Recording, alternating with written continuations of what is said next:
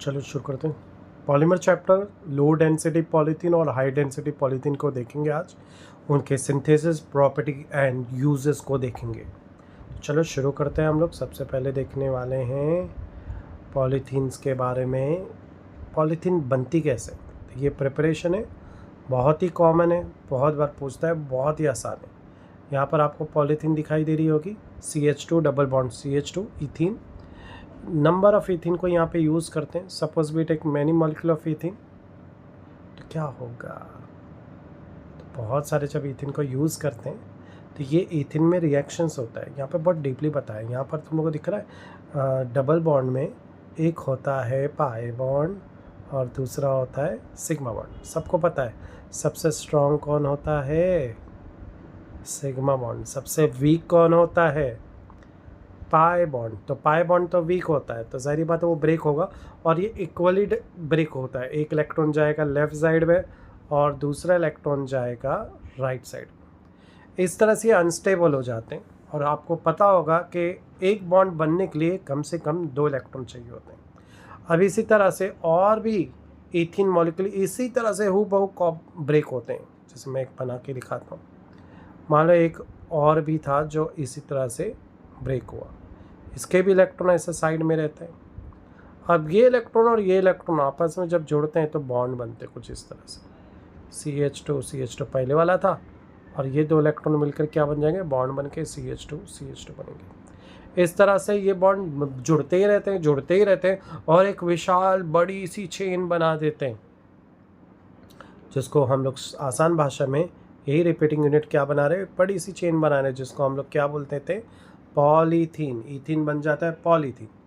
इसमें 2 टाइप की पॉलीथीन देखी गई है मार्केट में, आपको मिलेगी 2 टाइप की पॉलीथीन।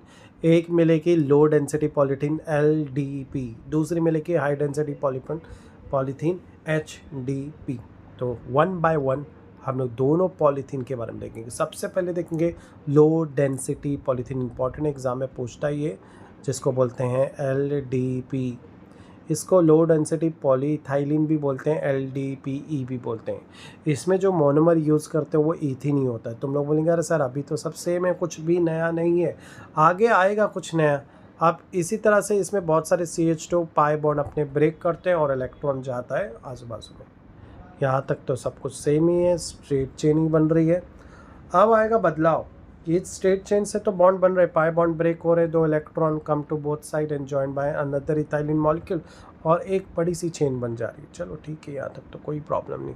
हाँ, इस रिएक्शन को करने के लिए कैटलिस्ट का यूज़ किया जाता है। यहाँ पे जो कैटलिस्ट है ऑक्सीजन या बाय पर ऑक्साइड यूज़ करते हैं, और इसके साथ साथ इसको हीट भी करना पड़ता है 200 to 300 डिग्री सेल्सियस, और प्रेशर 1000 एटमॉस्फेयर देना पड़ता है, तब जाके ये सीधी चेन आपको दिख नहीं ना बन पाती। But the reaction take place at high temperature and pressure. High temperature pressure तो है जिसमें रिएक्शन हो रहा है। इस चक्कर में क्या होता है? Due to high heat 1 carbon atom loss their hydrogen. इतना ज़्यादा टेम्परेचर प्रेशर की वजह से जो एक हाइड्रोकार्बन होता है ना, वो अपना एक हाइड्रोजन आइटम लॉस कर देता है। जैसे हाइड्रोजन आइटम लॉस करता है, वहाँ पे आ जाता है रेडिकल, एक फ्री इलेक्ट्रॉन्स। अब कोई भी इथीन टूटेगा तो वो सीधी चेन की बजाय इस ब्रांच पे अटैच हो जाएगा। इस ब्रांच पे अटैच होना मतलब क्या होना? ब्रांच, देखो मैंने वर्ड यूज़ कर दिया ब्रांच, और जहाँ पर होता है ब्रांच वो बन जाती है लो डेंसिटी पॉलीथीन। तो ये हो जाएगा वीक, इसी वजह से इसको लो डेंसिटी बोलते हैं। ये पॉलीथीन की ताकत इतनी अच्छी नहीं होती है, वही पॉलीथीन की ताकत अच्छी होती है जो स्ट्रेट चेन होती है। अब पढ़ते हैं इसकी प्रॉपर्टी के बारे में। ये केमिकली इनर्ट होती है। इनर्ट का मतलब होता है नॉन रिएक्टिव, जो रिएक्शन नहीं करता। It is tough but mechanically week. Tough तो रहता है बट मैकेनिकली वीक है, हाथ से मैं तोड़ सकता, आसानी से ब्रेक कर सकता हूँ, थोड़ा ताकत लगेगी पर हो जाएगा। फ्लेक्सिबल होता है बहुत, बिल्कुल रबर बैंड की तरह खींचता है, अपने हिसाब से चलता है। Poor conductor of electricity. अगर इनर्ट है तो पुअर कंडक्टर होगा ही, हीट नहीं जनरेट करेगा, करंट के साथ भी रिएक्ट नहीं करेगा। एग्जाम्पल है इंसुलेशन ऑफ केबल। जो केबल्स होते हैं ना वायर में, तुमने देखा होगा वायर पे केबल लगे हुए, तो वो सारे के सारे प्लास्टिक यानी लो डेंसिटी पॉलीथीन से बने होते हैं। पैकेजिंग पैक देखा होगा, मूवर टेकर जब शिफ्टिंग करते कोई लोग घर को या किसी चीज़ को पैक करना हो तो वो प्लास्टिक बहुत ही नाजुक होता है ताकि लोग खोले जल्दी से। वो पैकेजिंग पैक भी लो डेंसिटी पॉलीथीन से बना होता है। बहुत सारे टॉय होते हैं जो बहुत सॉफ्ट टॉय होते हैं, डेलिकेट होते हैं, ये भी लो डेंसिटी पॉलीथीन से बने होते हैं। अब पढ़ेंगे हम लोग हाई डेंसिटी पॉलीथीन के बारे में, जिसे शॉर्ट फॉर्म में HDP बोलते हैं, या इसको हाई डेंसिटी पॉली इथाइलिन भी बोलते हैं, HDPE। सेम रिएक्शन इधर पे भी मैंने ईथिन लिया है, बट दिस टाइम मैं इसे हीट कर रहा हूँ 373 केल्विन और 6 to 8 एटमॉस्फेयर, बहुत ही लो प्रेशर दिया है। और यहाँ पर जो कैटलिस्ट यूज़ करो इसका नाम है ज़िग्लर नाटा कैटलिस्ट। इसका मॉलिक्यूलर है tri methyl aluminium titanium tetrachloride. यहाँ पर 3 इथाइल ग्रुप एल्यूमिनियम से जुड़े हुए और टाइटेनियम टेट्राक्लोराइड, इसे बोलते हैं ज़िग्लर नाटा कैटलिस्ट। इसका इस्तेमाल करने पर मुझे एक स्ट्रेट चेन मिलेगी, सारी चेन स्ट्रेट है और आपस में जुड़ते ही जा रही है। तो अगर कोई स्ट्रेट चेन बनती है, मैंने पहले ही बोला था जब चेन स्ट्रेट होती है तब बहुत ही स्ट्रांग होती है, इनको ब्रेक करना बहुत ही मुश्किल होता है। तो इसी वजह से इसका नाम रखा गया हाई डेंसिटी पॉलीथीन। ये पॉलीथीन बहुत ही स्ट्रांग रहता है। और ज़िग्लर नाटा ये साइंटिस्ट का नाम है, जिसकी पिक्चर तुम लोग को राइट साइड में दिख रही होगी। यही वो साइंटिस्ट है जिसने कैटलिस्ट बनाया था और इस रिएक्शन को मुमकिन करके दिखाया था। अब हम लोग आगे देखेंगे इसकी प्रॉपर्टी के बारे में। It is translucent polymer. Translucent मतलब जो ट्रांसपेरेंट होता है। ये ट्रांसपेरेंट भी आता है पॉलीमर, जैसे तुमने प्लास्टिक का पाइप देखा होगा, जो घर में पाइप यूज़ करते पानी का, ट्रांसपेरेंट भी आता है। केमिकली इनर्ट है, ये भी रिएक्शन नहीं करता है, इसमें कुछ भी डाल दो रिएक्शन नहीं करे। एक्सट्रीमली टफ, बहुत टफ होता है। राइट में देखो आपको दिखाया गया है, जो बड़ी बड़ी पाइप्स लगाए जा रहे हैं ये बने हुए हाई डेंसिटी पॉलीथीन के। High density high melting point है, जल्दी मेल्ट नहीं होंगे। प्लास्टिक बॉटल जो बनती है वो इस ही डेंसिटी पॉलीथीन की बनती है। प्लास्टिक पाइप, प्लास्टिक कंटेनर और बहुत सारे तुमने हार्ड टॉय रखेंगे, एक्शन टॉय जो आते हैं, ये हाई डेंसिटी पॉलीथीन के बनाए जाते हैं ताकि अगर ऊंचाई से भी गिरे तो ये ब्रेक ना हो जाए। इसी वजह से इनको हाई डेंसिटी पॉलीथीन से बनाते हैं। मज़े की बात है कि अब जो जो एग्जाम्पल थी मैंने बोला था वो सब एग्जाम्पल अब 1 by 1 हम देखेंगे। सबसे पहले देखने वाले टेफ्लॉन, उसके बाद देखेंगे एक्रीलो नाइट्राइल। मेरी टंग भी ट्विस्ट होने शुरू हो जाते हैं, ऐसे वर्ड्स हैं इसमें। सबसे पहले हम लोग देखने वाले हैं टेफ्लॉन के बारे में। टेफ्लॉन बहुत ही फेमस है। ये जो फ्राई पैन की कढ़ाई होती है ना, ये फ्राई पैन की कढ़ाई इसी से बनी होती है। इसके अंदर जो काली काली कोटिंग करते हैं ना, मैं जब भी जाता हूँ ना दुकान में पहले पूछता हूँ भाई इसमें नॉन स्टिक है, तो नॉन स्टिक मतलब वो टेफ्लॉन की केमिकल्स है क्या, अगर है तो नहीं लेता हूँ क्योंकि वो निकल जाते खाने के साथ। मैं कोटिंग एनोडाइज लेता हूँ जो बहुत ही हीटिंग करके स्ट्रांगली चिपकाए जाते हैं। ठीक है, अब ये टेफ्लॉन में क्यों नहीं लेता, उसकी रीज़न है क्योंकि ये बने हुए टेट्रा फ्लोरो इथाइलिन। फ्लोरीन हमारे केमिकल हेल्थ के लिए अच्छा नहीं होता, ये केमिकल बहुत ही ख़तरनाक है।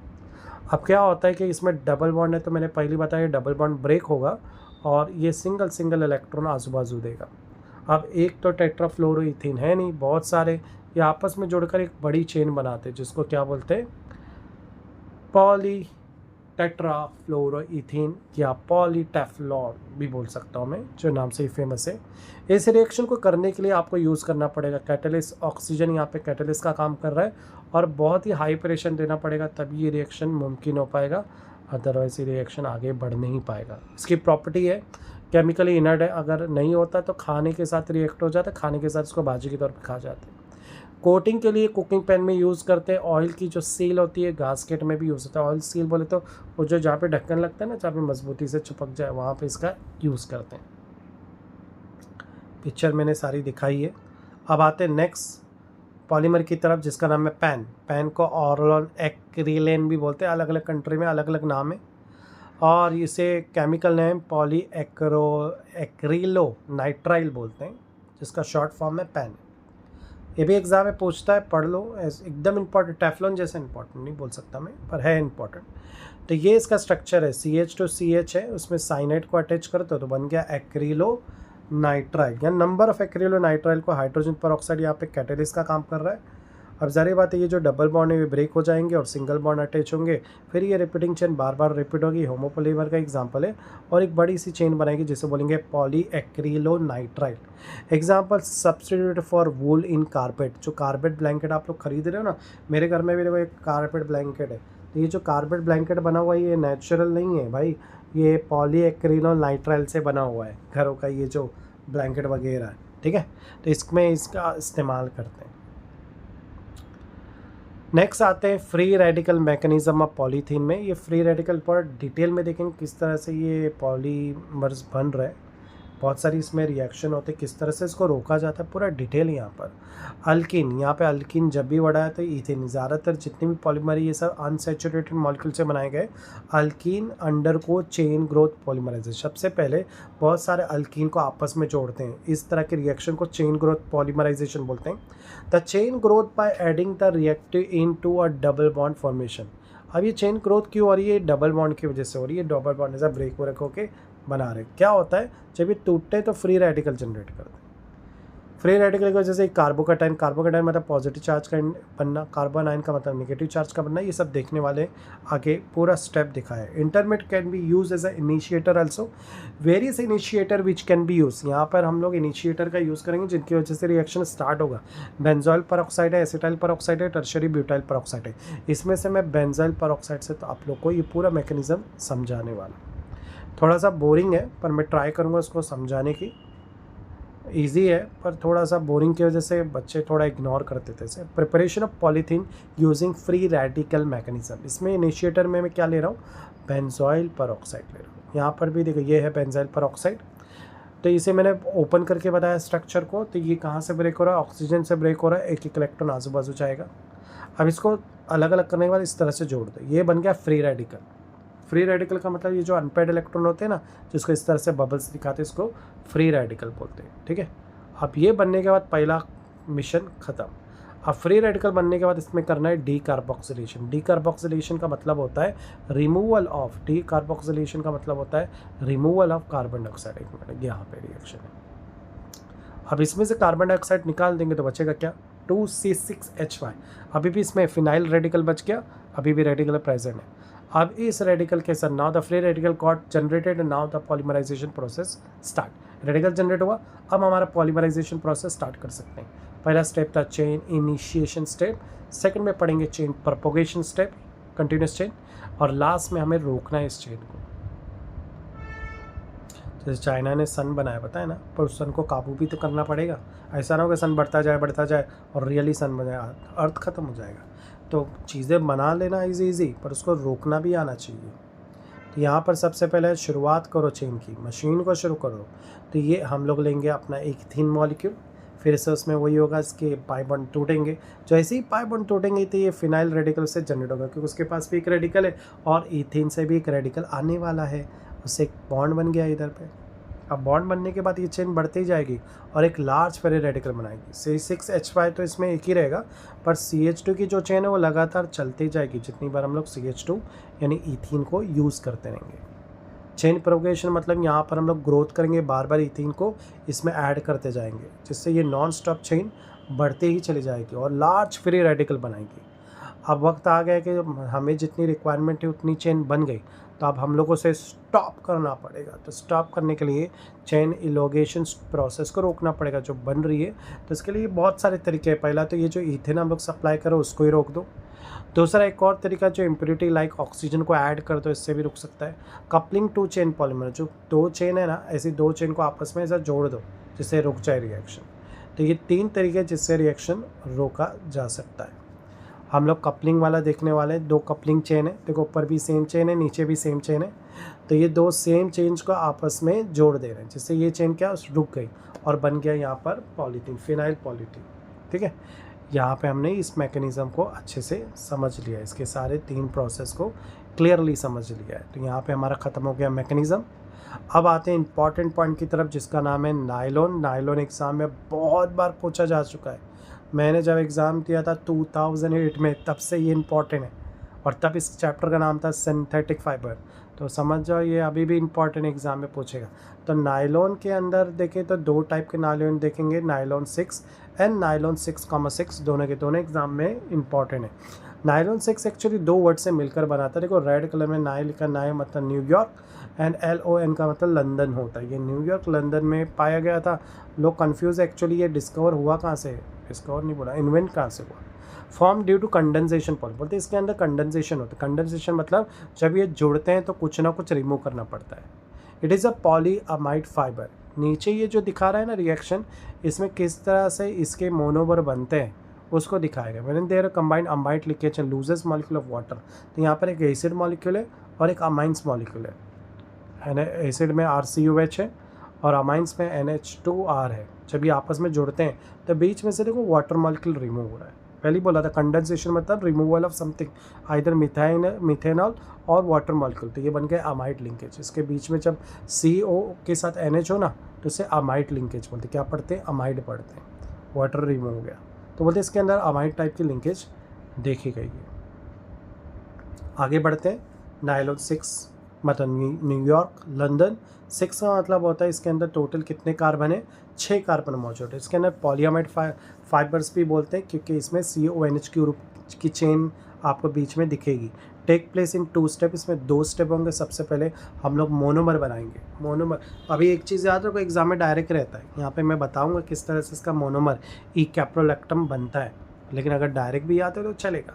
फिर उसके बाद फॉर्मेशन करेंगे पॉलीमर। तुम लोग को यही याद रखना है एग्ज़ाम बेस पे। ये अगर नॉलेज के लिए ले लो, नीट JEE में काम आएगा, अदरवाइज़ कोई बात नहीं अगर प्रॉब्लम या डाउट आता है। तो ये बनता कैसे इसका मोनोमर, ये जो कि कैप्रोलैक्टम है, इसके लिए लोग omega amino caproic acid use करते हैं। और ये तुम लोग को alpha beta gamma delta omega जो दिख रहा है एक्चुअली ये नंबर है। अल्फ़ा मतलब 1, बीटा मतलब 2, गामा मतलब 3, डेल्टा मतलब 4, ओमेगा मतलब 5। फिर NH2 ग्रुप है। ये जो वर्ड है ना नंबर्स, ये ग्रीक भाषा के नंबर, यानी 5th पोजीशन में NH2 ग्रुप अटैच है और फर्स्ट पोजीशन पे COH ग्रुप है, इसलिए इसका नाम क्या होता है, कैप्रोइक एसिड। अब इस कैप्रोइक एसिड से कैप्रोलैक्टम बनाना है। Now we have to do, we replace one hydrogen atom of NH2 group of omega carbon atom by NH2 group। तो एक हाइड्रोजन को हमने रिप्लेस किससे कर दिया, कार्बन के NH2 से। ठीक है, चलो देखते हैं आगे। अब जैसे ही रिमूव किया तो यहाँ पर COH में से अब हम लोग को क्या करना है, COH में से OH रिमूव करना है और NH2 में से हाइड्रोजन रिमूव करना है। तो ये चेन आपस में जुड़ जाती है और जुड़कर एक सर्कल बना देती है जिसमें से H2 रिमूव हो जाता है और कुछ इस तरह से चेन बन जाती है जिसे बोलते हैं कैप्रोलैक्टम। यहाँ पे E जो है ये सिंबल है जिसका मतलब 6 कैप्रोइक एसिड से डिराइव हुआ, इसलिए कैप्रोलैक्टम बोलते हैं इसको। अब हम लोग बताते हैं अपना पॉलीमर नायलॉन 6। इसी को नायलॉन 6 बोल सकते हैं। ये मोनोमर है उसका कैप्रोलैक्टम। अब यहाँ पे तुमको यूनिक चीज़ यहीं पे दिख रही होगी, तो यहीं से टूटने वाला है। जब इसको हीट करेंगे in presence of nitrogen 4 to 5 hours, तो ये CONH के बीच में से टूट जाता है और सीधा ऐसा सीधा हो जाता है और जो रिपीटिंग और इसी सीधी चेन रिपीट होना शुरू हो जाती है। इसे ही बोलते हैं नायलॉन 6। तुम चाहो तो यही चीज़ को वापस नीचे लिख सकते हो एनाल्फाबेटिक है तो भी चलेगा एग्ज़ाम में। तो ये बन गया नायलॉन 6। एग्ज़ाम में आया तो ये 2 से लेकर 3 मार्क्स का पूछ सकते हैं। मेरे हिसाब से 2 मार्क्स इसके लिए काफ़ी इनफ है। नेक्स्ट आते हैं हम लोग नायलॉन 6 की पहले प्रॉपर्टी देखते हैं, फिर नायलॉन 6 पे आते हैं। Property of nylon 6, it is a crystalline and insoluble in hydrocarbon solvent, resist to dilute acid and base. Resist मतलब एसिड बेस के साथ भाई ये किसी भी तरह का रिएक्ट नहीं करेगा। गुड टेंसाइल स्ट्रेंथ, बहुत स्ट्रांग होता है, इसलिए इसका इस्तेमाल ब्रशेस स्क्रबर में करते हैं, ropes, fishing net, textile industry, paint coating industry. जो पेंट की कोटिंग रहती है ना, ये भी नायलॉन 6 रहती है, तभी तो दीवार में मस्त रेशे की तरह चिपक जाती है। तो काफ़ी जगह पे इसका इस्तेमाल करते हैं। अब आते हैं हम लोग नायलॉन 6,6। 2 बार 6 का मतलब इसमें 2 मोनोमर है, डिफरेंट है और दोनों में 6 कार्बन प्रेजेंट है। तो New York London 2 reactant having 6 carbon. इसमें भी पॉलीअमाइड फाइबर है, इसमें 2 मोनोमर, एक एडिपिक एसिड और दूसरा हेक्सामिथाइलिन डाइअमाइन। ठीक है, ये भी बिल्कुल सेम है। नायलॉन 6 एक ही है, सेम चीज़ काम करते हैं, दोनों का यूज़ करते हैं।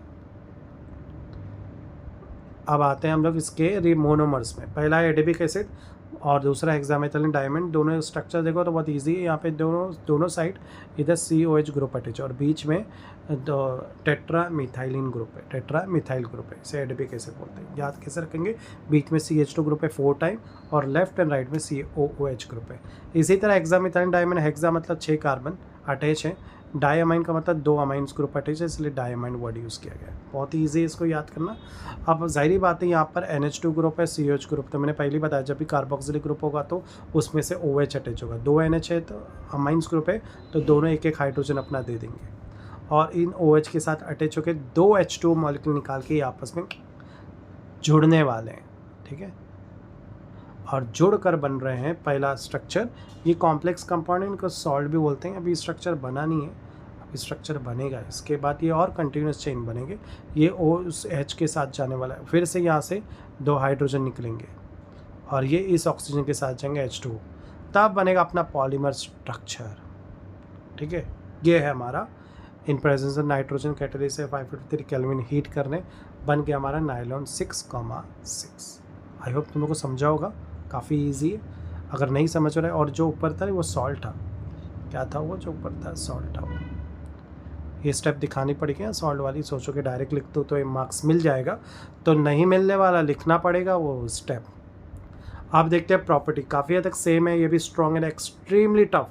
अगर नायलॉन 6 से बात करें तो ये ज़्यादा टफ है, resistant to dilute acid base, react नहीं करने वाला एसिड बेस के साथ, पॉजेस गुड इलास्टिसिटी, इसलिए पैराशूट में इसका इस्तेमाल करते हैं, इलास्टिक प्रॉपर्टी रखता है, ग्लव्स में भी इसका यूज़ करते हैं। तो टेक्सटाइल इंडस्ट्री हो गई, फिशिंग नेट हो गई, रोप्स, पैराशूट का जो बनता है वो सब चीज़ें इसी नायलॉन 6,6 से बनाई जाती है। तो बड़ी काम की चीज़ है ये। अब आते हैं नेक्स्ट टेरेलिन, एक और एग्जांपल, इसका भी हम लोग सिंथेसिस प्रॉपर्टी एंड यूज़ देखेंगे। टेरेलिन को USA में डेक्रोन बोला जाता है, यानी आप USA में जाओगे तो टेरेलिन वर्ड मत यूज़ करना, और लोगों को समझ में नहीं आएगा, डेक्रोन बोलना वहाँ पे। ये भी कंडेंसेशन पॉलीमराइजेशन, यानी ये भी 2 मोनोमर, डिफरेंट मोनोमर जुड़कर बीच में से वाटर या अल्कोहल मॉलिक्यूल निकलता है, तब ये चेन बनती है। पॉलिस्टर फाइबर है, पॉलिस्टर इसलिए क्योंकि यहाँ पर RCOOR बॉन्ड बनता होगा, क्योंकि पॉलिस्टर का मतलब ये होता है RCOOR बॉन्ड। ये ज़रा हटा दो, ये R, यही है ना ईस्टर का ग्रुप, तो ईस्टर बनता है इसमें, इसलिए इसका नाम रखा गया है पॉलिस्टर, ठीक है। तो यहाँ पर एसिड और अल्कोहल है, एसिड में RCOH है, अल्कोहल में HOR है, H2 मॉलिक्यूल बीच में से निकलेगा और ये आपस में जुड़कर ईस्टर लिंकेज बनाने वाला है। तो चलो शुरू करते हैं, टेरेलिन को देखते हैं। ये ज़्यादा ज़रूरी, ये याद रखना है एग्ज़ाम के बेस पे। मैं अपने आप को हटा लूँ, बीच में आ रहा हूँ मैं। तो यहाँ पर आप देख सकते हैं मैंने मिथेनॉल को 2 बार दिखाया। मैं चाहूँ तो एक ही जगह पर 2CH3OH लिख सकता हूँ, पर जानबूझ के इस तरह से लिखा गया ताकि रिएक्शन को बेटर तरीके से समझ सकें। एक CH3OH को मैंने लिखा है लेफ्ट साइड में, दूसरा मोनोमर है मैं मिथेनॉल, उसको राइट में लिखा है उल्टा HOCH3 करके, और बीच में है एक दूसरा मोनोमर जिसका नाम है टेराफेथिलिक एसिड, उसके अंदर बीच में बेंजीन है और उसके लेफ्ट एंड राइट में COH ग्रुप है। दोनों OH COH में से OH जाएगा और मिथेनॉल से हाइड्रोजन, दोनों साइड से सेम तरीके से रिमूवल हो रहा है। ईस्टरफिकेशन इसलिए बोलते हैं, ईस्टर फॉर्मर है, डिहाइड्रोजन होगा, वाटर रिमूव होगा, और इस तरह से CH3OCO बेंजीन COOCH3 अटैच होगा। इसे बोलते हैं DMT टेरेलिन पॉलीटेरेलिन या डाइमिथाइल टेराफेथलेट बोलते हैं। क्लियर है ये वाला पार्ट। तो ये बना DMT। अब हम लोग शुरू कर रहे हैं टेरेलिन को। यहाँ पर हमने ये इसका एक मोनोमर बनाया है, अब हम लोग स्टार्ट करेंगे। तो इसमें 2 मोनोमर यूज़ किया जाता है, इथाइलिन ग्लाइकोल और डाइमिथाइल टेराफेथलेट। तो इथाइलिन ग्लाइकोल ये है HOCH2 CH2OH, दोनों साइड लिखा है और बीच में हमारा मोनोमर डाइमिथाइल टेराफेथलेट। इस बार मैंने बोला था यहाँ से हम लोग अल्कोहल CH3OH रिमूव करेंगे, इधर से भी CH3OH रिमूव करेंगे, दोनों साइड से CH3 रिमूव होगा और ये आपस में जुड़ जाएंगे। CH3 रिमूव होगा और ये आपस में जुड़ जाएंगे। जुड़ने में बनेंगे HOCH2CH2OCO बेंजीन COOCH2CH2OH।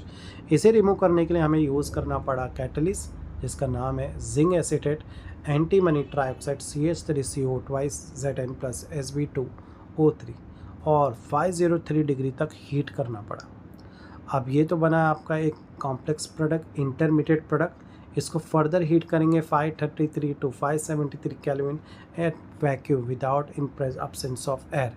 तब इसमें से लेफ्ट साइड से OH और राइट साइड से CH2OH यानी ग्लाइकोल एक मॉलिक्यूल ही पूरा निकल जाएगा और तब बनेगा हमारा टेरेलिन मॉलिक्यूल पॉलीमर। ठीक है, तो इस तरह से फॉर्मेशन हो रहा है टेरेलिन का। एग्ज़ाम बेस पे टेरेलिन भी इम्पॉर्टेंट है, जिस तरह से नायलॉन 6,6 इम्पॉर्टेंट है। चलो आगे बढ़ते हैं, इसकी प्रॉपर्टी देखते हैं। Resistant to chemical heat and light and microbes, यानी ये किसी का भी इस पर असर नहीं होता है, रिएक्ट नहीं करते। इट ड्राई क्विकली, ये बहुत जल्दी सूख जाता है, पानी गिरेगा ना तो पानी को एब्जॉर्ब कर लेता है, ड्राई हो जाता है, इसलिए इसका इस्तेमाल dry textile industry, fishing net, magnetic tape recorder. Magnetic tape recorder में जो रोल्स होती थी ये टेरेलिन की ही बनाई जाती थी। अब आते हैं Bakelite preparation and mechanism. Bakelite काफ़ी बड़ा है और एग्ज़ाम में ये 3 मार्क्स का पूछा जाता है, ज़्यादातर 3 मार्क्स के लिए पूछा जाता है। इसमें 2 तरह के कैटलिस्ट का इस्तेमाल किया जाता है, यहाँ पे बहुत डीपली मैंने समझाया, आप लोग ज़्यादा शॉर्ट में भी लिख सकते हो एग्ज़ाम में। इसमें एक बेस कैटलिस्ट का यूज़ किया गया और दूसरा एसिड कैटलिस्ट का यूज़ किया। बैकलाइट में कोपॉलीमर होते हैं, कोपॉलीमर यानी कंडेंसेशन यानी हेट्रोपॉलीमर, डिफरेंट टाइप का पॉलीमर, फिनॉल और फॉर्मल्डिहाइड होता है। तो यहाँ पर जो फिनॉल है वो सोडियम हाइड्रोक्साइड के साथ रिएक्ट करके सोडियम फिनॉक्साइड बनाते हैं और ये फिनॉक्साइड आयन अपने आप को स्टेबल करने के बाद ये जो बना, ये मेरा पहला रिएक्टर मैंने बना दिया। तो ये रिएक्टर मैंने फिनॉल से बनाया था और यहाँ पर जो कैटलिस्ट का यूज़ किया था वो बेस था और उससे बना। स्टेप 2 में हम लोग के पास एक और रिएक्टर इसके अंदर जिसका नाम है फॉर्मल्डिहाइड। फॉर्मल्डिहाइड में सिर्फ रेजोनेंस जैसा हो रहा है, देखो ये इलेक्ट्रॉन अपना इधर दे रहा है, पाई बॉन्ड जा रहा है ऑक्सीजन के पास, ये हो गया अनस्टेबल। अब ये जो दोनों अनस्टेबल हमने जो बनाया ना, अब इन मोनोमर को यहाँ रखेंगे, एक है फिनॉक्साइड है, दूसरा फॉर्मल्डिहाइड। अब जारी बात है इधर पे ये जो आपको सेकंड पोजीशन दिख रही है वहाँ से देखो बॉन्ड बाहर निकल चुका है। अब यहीं से ये पूरा के पूरा फॉर्मल्डिहाइड है, पूरा के पूरा फॉर्मल्डिहाइड यहाँ अटैच होने वाला है और अटैच होके बनेगा CH2OH। क्या बनाएगा? CH2OH, कुछ भी नहीं, रिमूव नहीं हुआ है। इसे बोलते हैं ऑर्थो, क्योंकि इस सेकंड पोजीशन पे अटैच है, ऑर्थो हाइड्रोक्सी मिथाइल फिनॉल। इसी तरह से ये चेन बढ़ती जाएगी बढ़ते जाएगी। अगर सीधी चेन बन रही तो इसको नोवेलेक बोलते हैं और ब्रांच बने तो इसका नाम रहता है बैकलाइट। चलो देखते हैं, यहाँ पर एसिड कैटलिस्ट अगर यूज़ करते हैं तो उसके बेस पर रिएक्शन को समझा रहे हैं। मान लो एसिड में आपने यूज़ कर लिया HCl, तब HCl का H अटैच हो जाएगा OH के साथ और क्लोरीन आउट हो जाएगा। इस तरह से ये एक मिथेनॉल टाइप का मोनोमर बन गया है। दूसरा स्टेप 2 में हम दूसरा फिनॉल को मोनोमर को भी थोड़ा रिएक्ट करके देखते हैं क्या बन सकता है। अब यहाँ पर ज़्यादा कुछ डिफरेंस नहीं किया, सिर्फ ये अंदर का जो बॉन्ड था वो बाहर आ गया ऑर्थो पोजीशन पे और ऑक्सीजन जो है वो अपना एक इलेक्ट्रॉन से नीचे बॉन्ड बना देता है, देखा। तो ये हमने अनस्टेबल किया। अब इन दोनों मोनोमर को रिएक्ट करेंगे, रिएक्ट करने पे हमें बनेगा ऑर्थो हाइड्रोक्सी फिनॉल। दोनों में वही चीज़ बनी है। एग्ज़ाम में आता है एक ही वाले मेथड को या डायरेक्ट भी लिख सको, जैसे अभी देखो नीचे लिखा है ना, ऐसा भी लिख दोगे तो चलेगा। एक क्या फिनॉल है, दूसरा क्या फॉर्मल्डिहाइड।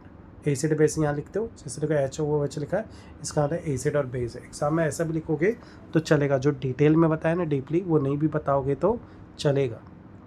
अब यहाँ पर बन रहा है ऑर्थो हाइड्रोक्सी फिनॉल, यही अपना मेन प्रोडक्ट है। फिर या तो हो सकता है वो ऑर्थो और पैरा पे अटैच हो, ortho para dihydroxy methyl phenol. यहाँ पे चांसेस प्रोबेबिलिटी बता रहा है, हमें इसी पे ध्यान देना है। या हो सकता है 246 पोजीशन पे ट्राईहाइड्रोक्सी मिथाइल फिनॉल अटैच हो सकता है। ये 3 चांसेस है। हमारे पास फॉर्मल्डिहाइड की कोई कमी नहीं, फिनॉल की बहुत कमी नहीं, 3 टाइप के प्रोडक्ट मिलेंगे। पर हमारा जो प्रोडक्ट बनेगा वो पहले वाले से ही बनने वाला है। आगे का जो फाइनल प्रोडक्ट बनेगा, फाइनल प्रोडक्ट बनने से पहले ये जो चेन है आपस में अटैच होगी, स्ट्रेट चेन देखो ज़रा अटैच हो रही है, इस तरह से सीधी अटैच होगी।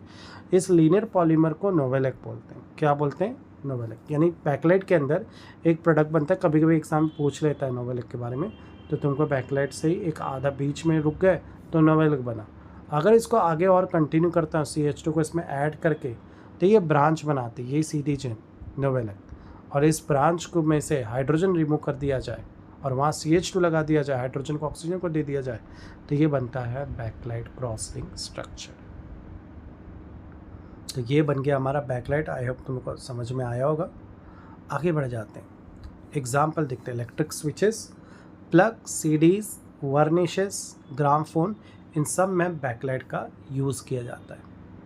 अब आते हैं नेक्स्ट एग्जाम्पल की तरफ, जिसका नाम है मेलामाइन, जिसको मेलामेक भी बोलते हैं। इसमें ये एक ही मोनोमर है जो नीचे तुम लोगों को दिख रहा होगा, दूसरा फॉर्मल्डिहाइड है और ये मेलामाइन है। इसमें देखो हर एक साइड में क्या अटैच है, NH2 ग्रुप, NH2 ग्रुप। इसी NH2 ग्रुप से हमें अटैच करना है अपने फॉर्मल्डिहाइड को, पूरा के पूरा अटैच कर देना है, कुछ भी चीज़ रिमूव नहीं होगी। तो जब अटैच करेंगे तो ये CH2 और ये O के साथ जाकर OH बनाएगा, देखो ये CH2H। इसी तरह से इस तरह के फॉर्मल्डिहाइड को हमने तीनों साइड में अटैच कर देना है। जब तीनों साइड में अटैच हो जाएगा तो बनेगा मेलामेक। देखो सब जगह अटैच करने वाले 1 by 1, तो क्या बनेगा, मेलामेक स्ट्रक्चर बनेगा। इसके यूज़ क्रोकरीज में होते हैं, कचकड़े जैसी कांच जैसा ही टाइप होता है पर प्लास्टिक जैसा होता है, इसे मेलामाइन बोलते हैं।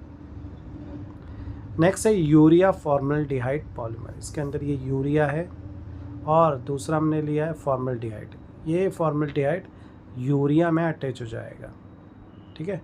अटैच कुछ इस तरह से हो गया, एक साइड में CH2OH बनाए। इसी तरह से वो नीचे लेफ़्ट राइट सब जगह अटैच होगा। जब सब जगह अटैच हो जाएगा तो बन जाएगा यूरिया फॉर्मल्डिहाइड पॉलीमर। देखो सब जगह अटैच हो गया कि नहीं, इसलिए इसका नाम रखा गया यूरिया फॉर्मल्डिहाइड पॉलीमर। ये चेन रुकेगी नहीं, आगे इस तरह से और अटैच होते जाएंगे। आप लोग देख सकते हैं आगे चलकर इसके साथ एक amino H2N C double bond O NH2 chain attach हो गई, जैसे ये चेन और बड़ी हो गई, करेक्ट। तो ये चेन के साथ फिर हम लोग ने क्या अटैच कर दिया, और इस तरह की चेन अटैच कर दी, तो क्या बन गया ये यूरिया फॉर्मल्डिहाइड पॉलीमर। इसका यूज़ मोस्टली चेयर में होता है, घरों में जो चेयर दिखती है इसी की बनाई जाती है। यहाँ से हम लोग नेक्स्ट पार्ट को देखेंगे नेक्स्ट वीक।